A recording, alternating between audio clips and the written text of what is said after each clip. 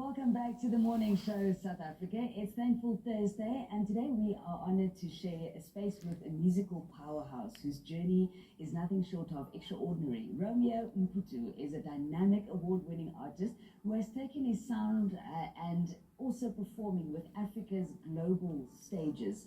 He's also performed in 30 states in the US and alongside legends like Dionne Warwick, the late great Angie Stone, and Mafikizolo. And his music is a celebration of faith, culture, and connection, and a true reflection of purpose and passion to the motion. Romeo, it's so great to have you here on the show. Yeah, I'm excited to be here today.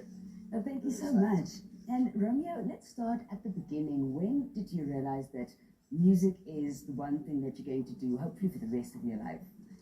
Yeah, I realized that when I was best here before, Johannesburg. Yeah, when I was best, I was staying in Auckland Park. That was the only thing was keeping me out of getting depression. That's what I like to do in making a day. So I realized that when I want to be happy, is when I do music. True. Yeah. And we can also see it and feel it with your music. Now, you have also performed across many African countries with your music, but how do you bring the DRC influence into your music for all of us to listen? Yeah, actually, I mix a little bit of Congolese lead guitar on the melodies, and I bring a little bit of South African vibe, and it's all about mixing a little bit of Afrobeat, but I always keep the originality of Congolese through the guitars.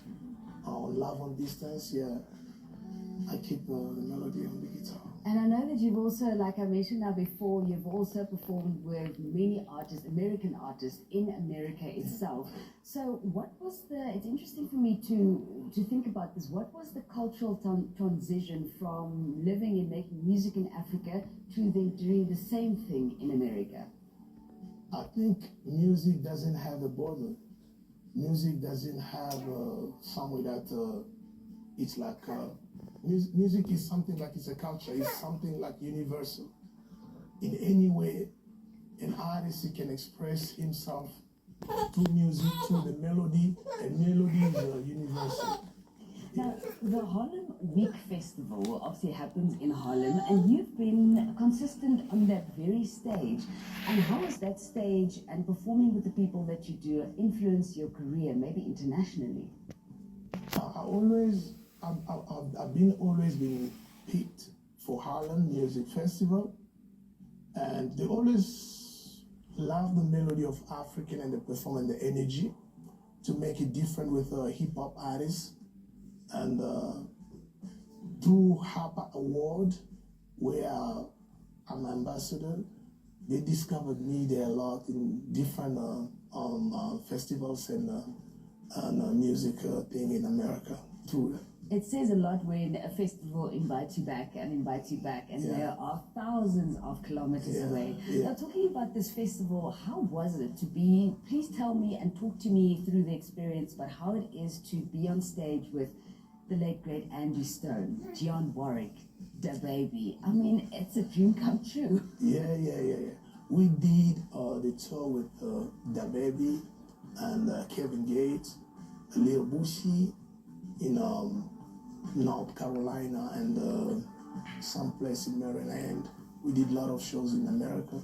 But with Angie Stone, we did some stuff with her here in Makufe Music Festival. The Back Makufe, we did some shows here, but it feels good. It's upgrade. It's like they're changing cultures. We discover what they do and we learn something from them, and they learn also something from us.